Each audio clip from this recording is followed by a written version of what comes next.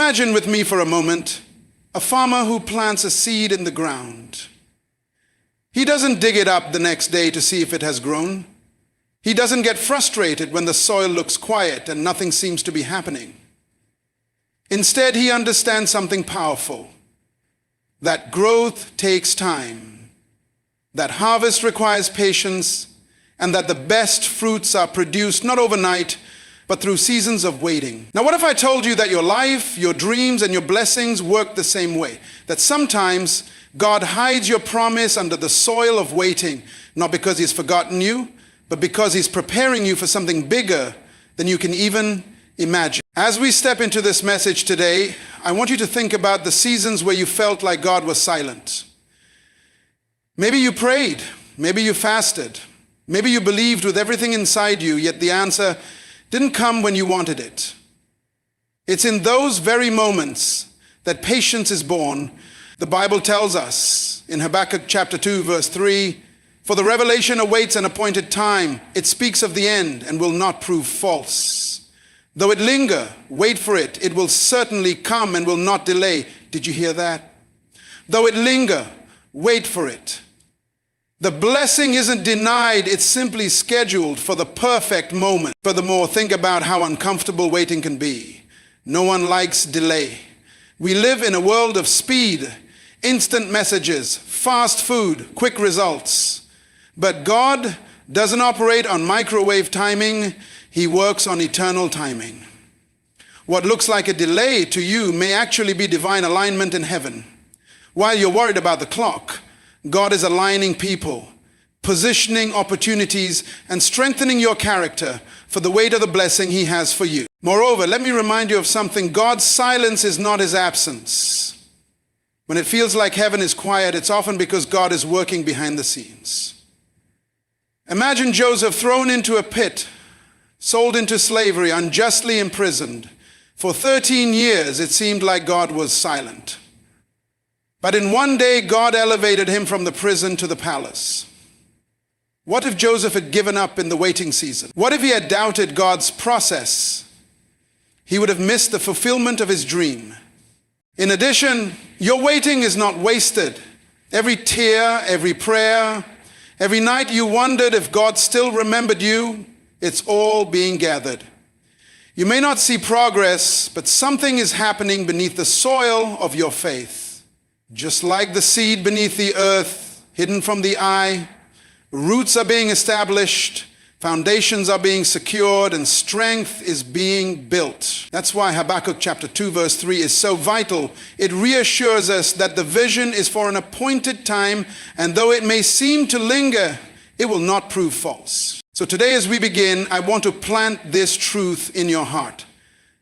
The delay you are experiencing is not denial. It's preparation. God is stretching your patience because the blessing he is preparing for you is so much greater than what you think. And when it comes, it will not be late. It will arrive right on heaven's schedule.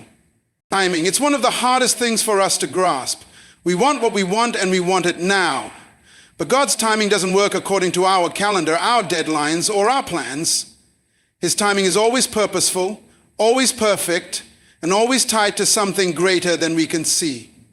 Have you ever noticed that when we look back over our lives, the things that once frustrated us because they didn't happen quickly actually make sense later? That delay that broke your heart, that opportunity that seemed to pass you by.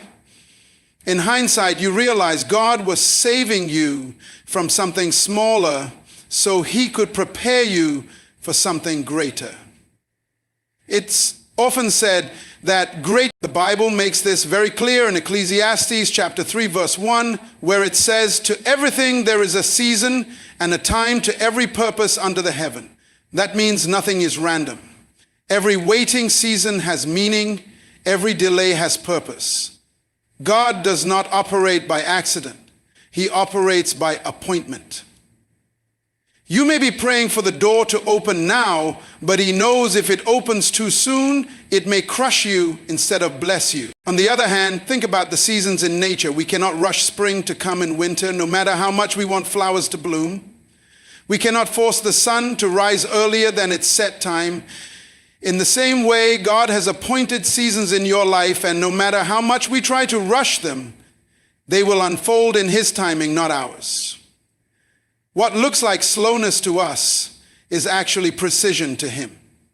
Additionally, God uses timing to teach us trust. If He gave us everything instantly, we would never learn to rely on Him. We would never develop faith. Imagine if every prayer you prayed was answered the moment you spoke it. Your faith would remain shallow, and your trust in God would be weak.